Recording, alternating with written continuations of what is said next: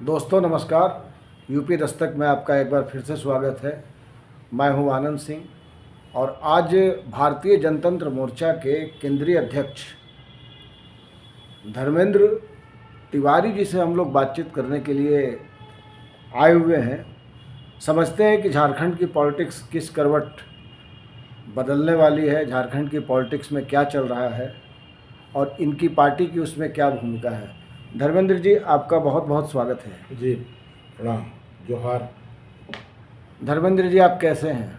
बहुत अच्छे हैं। क्या चल रहा है झारखंड में? बस झारखंड में जनता परेशान है, सरकार मस्त है, जनता पस्त है। भारतीय जनतंत्र मोर्चा इस परेशानी को दूर करने के लिए क्या कर रही है? देखिए, हमारे जो संरक्षक हैं माननीय संजय राय जी, उन्होंने हमें मंत्र दिया है संपर्क समस्या समाधान। लोगों से संपर्क कीजिए, उनकी समस्याओं को जानिए, समाधान में एक कदम आगे बढ़ाइए और जनता को एडुकेट कीजिए, जनता को बताइए। आज जिस तरह से जनप्रतिनिधि या पक्ष या विपक्ष जनता को लूटे हैं झारखंड में 23 वर्षों में, तो थोड़ा समय तो लगेगा। लग रहा है धीरे धीरे लोग हमारे साथ जुड़ रहे हैं और उनकी समस्याओं का निदान हम लोग अपने स्तर से करा रहे हैं, निवेदन करके, अधिकारी पदाधिकारियों से बात करके। विधानसभा चुनाव लड़ने की क्या तैयारी है? आप लोगों के यहाँ से कुछ चल रहा है क्या? देखिए, विधानसभा जब राजनीतिक पार्टी है तो चुनाव लड़ेंगे ही, और हम लोग 30 से 35 जगहों को चिन्हित किए जहाँ कार्य हो रहा है और हमारी टीम वहाँ काम कर रही है और हमारे पास कुछ अच्छे प्रत्याशी भी आए हैं जो हमारी विचारधारा के तहत वो कार्य करते हैं। तो ऐसे लोग समाज में जाएंगे और समाज को बताएंगे किस तरीके से आप जात में, पात में, धर्म में पढ़ करके और अभी तक छले गए हैं, ठगे गए हैं। इसलिए अपने बच्चों का ध्यान रखते हुए, अपने आने वाली पीढ़ी का ध्यान रखते हुए, अपने प्रदेश समाज का ध्यान रखते हुए इंसानियत के नाते अच्छे व्यक्ति को वोट करें। तो लोकसभा चुनाव की भी बड़ी चर्चा चल रही है कि आपकी पार्टी लोकसभा में भी कैंडिडेट उतारेगी। देखिए, लोकसभा चुनाव में बहुत बड़ा एरिया होता है और हमारी पार्टी धीरे धीरे बढ़ रही है, नई पार्टी है, लेकिन फिर भी हम लोगों ने अभी 14 में 3 जगहों को चिन्हित किया है। वहाँ हमारा काम चल रहा है, लेकिन जैसे प्रत्याशी मिले, अच्छे लोग मिले और अच्छे लोग मिल के जनता के पास तो जाएंगे ही। लोकसभा में 3 जगह सोचे, हो सकता 5 जगह में जाए, हो सकता 7 जगह में जाए।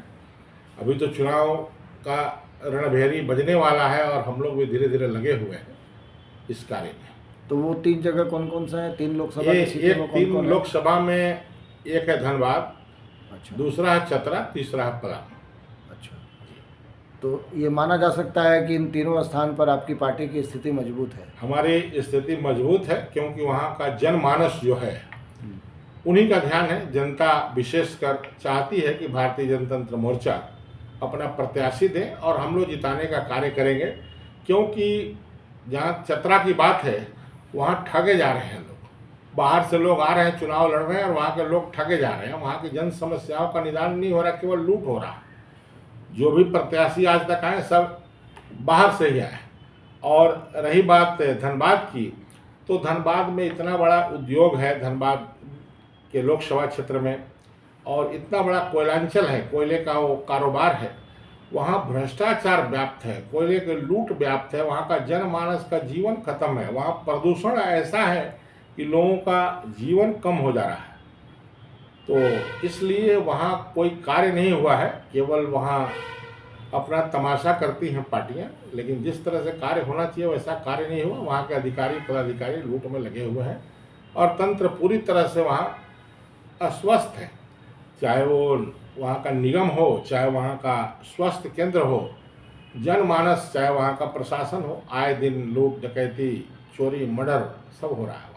आपका कहना है कि 14 लोकसभा सीटों में धनबाद एक ऐसी लोकसभा की सीट है जहां पे भ्रष्टाचार चरम पे है। तो क्या आप ये कहना चाहते हैं कि बाकी जो 13 लोकसभा सीट है वहां पे करप्शन नहीं है? करप्शन तो पूरे झारखंड में है, लेकिन जिस तरह वहाँ डेवलपमेंट होना चाहिए, जिस तरह से वहाँ उद्योग चल रहा है कोयले का, वहाँ गलत कारोबार अधिक चल रहे हैं। ये हमारा उस ओर ध्यान हम ले जा रहे हैं और तंत्र जो है पूरी तरह फेल है, क्योंकि सरकार ही लगी हुई है लूट में। तो ये तो पूरे सरकार की बात है, बिल्कुल जी, बिल्कुल जी, बिल्कुल, ये जी, तो पूरे जी। झारखंड की बात है। जी जी। अभी हेमंत सोरेन जी को 5 समन जारी कर दिया है ईडी ने, और वो हाजिर नहीं हो रहे हैं। इस पर आपकी पार्टी का दृष्टिकोण क्या है? क्या हेमंत सोरेन को ईडी के पास जाना चाहिए? जाना चाहिए। यदि हमारे यहाँ ये ऐसी संस्था है, उस पर यदि सबका विश्वास है, तो दूध का दूध पानी का पानी होगा। आप जाके कुछ अपना बताएंगे तो आपके ऊपर आरोप लगे हैं, उस आरोप को आपको खारिज करना होगा। आज आपके ऊपर केस होते हैं तो आप न्यायालय में जाते हैं, न्यायालय का फैसला का आप सम्मान करते हैं। तो संविधान से आप सरकार चला रहे हैं और व्यवस्था जो है उसमें आप दुहाई देते हैं कि हम आदिवासी मुख्यमंत्री हैं, हमको विपक्ष जो है ना पचा नहीं पा रहा है, हमको जेल भेजने की तैयारी है। तो आप तो विपक्ष के बारे में कुछ कर ही नहीं रहे। विपक्ष और पक्ष दोनों आप लोग मिले हुए हैं। एक भ्रष्टाचारी पूर्व की सरकार थी, उस पर तो आपने एफआईआर नहीं किया, पूर्व के मुख्यमंत्री पर। एसीबी के पास वो जांच पड़े हुए हैं, लेकिन एफआईआर तक नहीं किया। आपने पूर्व की सरकार के 5 मंत्रियों को आय से अधिक का मामला दर्ज किया, लेकिन अभी तक कोई उस पर जांच नहीं हो रही है। आपको तो ईडी के समक्ष जाना चाहिए और अपने को प्रूफ करना चाहिए कि नहीं हम सही हैं। तो इन मुद्दों को लेकर के आपकी पार्टी ने कोई मजबूत आवाज़ अब तक नहीं उठाई क्या? देखिए, मजबूत आवाज़ तो हम लोग उठाए हैं। 5 तारीख को एक कार्यक्रम है इस मुद्दे पर, भ्रष्टाचार के मुद्दे पर। अभी हम लोगों ने धनबाद में उठाया है एक मुद्दा। 11 तारीख को आपने कोई प्रोग्राम किया था, जयप्रकाश नारायण की जयंती थी जी। उस पर हम लोगों ने भ्रष्टाचार पर चलो चले परिवर्तन की ओर इस डिमांड को उठाया। और भ्रष्टाचार हर डिपार्टमेंट में है, जितने भी विभाग हैं हर डिपार्टमेंट में भ्रष्टाचार है।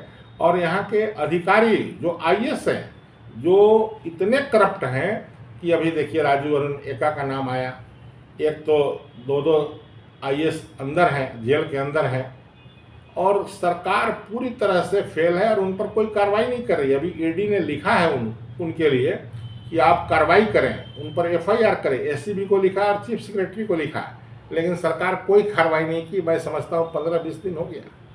आपका कहना है कि सरकार करप्ट है, ये आप ही नहीं कह रहे हैं, ये आजसू भी कह रही है, भारतीय जनता पार्टी भी कह रही है, जो यहाँ की मुख्य विपक्षी पार्टी है। तो क्या कारण है कि तमाम विपक्षी पार्टियां सरकार को घेर रही हैं और कई बार लगता है कि कामयाब भी हो जाती हैं, पर सरकार तो बदस्तूर कायम है? नहीं, ये तो केवल पॉलिस है, बेवकूफ़ बनाया जा रहा है, जनता को दिग्भ्रमित किया जा रहा है। जो मुख्य विपक्षी पार्टी है बीजेपी, वो कुछ नहीं कर रही है। उसके एक मुखिया अध्यक्ष हैं, वही बोलते हैं और कोई पार्टी बोलती नहीं है। ये पक्ष के बारे में, सरकार के बारे में, सरकार के करप्शन के बारे में कुछ नहीं बोलते हैं। ये तो उनका पीठ सहला रहे हैं और ये उनका पीठ सहला रहे हैं। अन्यथा अभी तक जो मुख्य विपक्षी पार्टी है, जो 4 साल हो गए, अभी तक उन्होंने विपक्ष का नेता अपना घोषित नहीं कर पाया। ये लोग लगे रहते हैं कि किस तरह हम जाति के लोगों को ऊपर उठाए, जाति में लोगों को बांटें, धर्म में लोगों को बांटें और अपना राजनीति का रोटी सेके और यहाँ हम बने रहें। अभी विधायक दल का नेता तो तय हो गया ना, बीजेपी का 4 साल के बाद तय हुआ। 4 साल के बाद तय हुआ। बीजेपी इतनी बड़ी पार्टी बोलती है कि हम नेशनल नहीं इंटरनेशनल पार्टी हैं, और 4 साल लग गए उनको एक विधायक दल का नेता चुनने में। तो बड़ा दुर्भाग्य की बात है। और उनके पूर्व के मुख्यमंत्री, उन पर 3-3 आरोप हैं, लेकिन अभी तक सरकार जो है एफआईआर नहीं की उन पर। अपने ऊपर उनके ऊपर ईडी लगी हुई है। वो कहते हैं कि बीजेपी ने ईडी लगा रखा है, लेकिन उनके पास एक तंत्र है एसीबी। अभी तक एसीपी की जांच हो गई है, एफआईआर करना, वो एफआईआर का ऑर्डर नहीं दे रहे हैं कि पूर्व के मुख्यमंत्री पर एफआईआर हो। तो एफआईआर कैसे? तो एफआईआर होगी कैसे? जमशेदपुर में एनडीए और इंडिया दोनों का तो मेल मुलाप, प्यार मोहब्बत देखते ही बनता है। देखिए, जमशेदपुर की बात तो बड़ा गजब है। मैं तो कह रहा हूँ कि पूरी सरकार और पूर्व की सरकार, जो बड़ी विपक्षी पार्टी, दोनों मिले हुए हैं। दोनों मिल करके और पूरे तंत्र को अपने अंदर में करके यहाँ के आईएएस आईपीएस सब भ्रष्ट हो गए हैं। और वो लोग समझ गए हैं कि यहाँ के मंत्री क्या हैं, मंत्रियों की, सरकार की, पक्षी विपक्षी क्या मर्यादा है, वो समझते, इसलिए लूट में सभी शामिल हैं। और यहाँ का बालू का लूट, पत्थर का लूट, खनन का लूट तो है ही, पानी की भी लूट चल रही है, बालू की लूट चल रही है, और उसके साथ साथ जनता की लूट तो है ही। आज जो बेरोजगारी इतनी बढ़ गई है, किसी तरह का कोई नियुक्ति नहीं है। 10,000 15,000 नियुक्ति होती है, जहाँ पर 5 लाख 7 लाख यहाँ पद खाली। सारे संविदा पर लोग कार्य कर रहे हैं, और अभी संविदा पर क्या कि किस तरीके से हम संविदा कर्मियों का जो वेतन है उसको न देके मैन पावर सप्लाई करने वाली एजेंसी बीच में दलाली का काम करती है, और वही सरकार को पैसा पहुंचाती है। यदि उसको वेतन देना है 25,000 तो देती है 15,000 10,000 का बंदरमाट है। जो संविदा पर बरसों से कार्य कर रहे हैं उनको भी अभी तक परमानेंट नहीं किया गया। तो सरकार जो है अपनी नीति खुद ही बता पा रही है कि यहाँ बेरोजगारी ऐसा चरम पर है। कम से कम 4 साल की सरकार है, 4 जेपीएससी होनी चाहिए, लेकिन न जेपीएससी की परीक्षाएं हो रही हैं, और विद्यार्थी पढ़ करके सोचते हैं कि हमें जॉब मिलेगा, लेकिन ऐसा कोई संभावना झारखंड में नहीं है। 90%। चीफ मिनिस्टर का तो कहना है कि उनकी मंशा, उनकी नीयत बहुत अच्छी है, लेकिन जो अपोजिशन की पार्टियां हैं वो उनके राह में कांटे बिछा रही हैं। कांटे बिछा रही है अपोजिशन की पार्टियां, लेकिन सारा तर्क आप ही दे रहे हैं।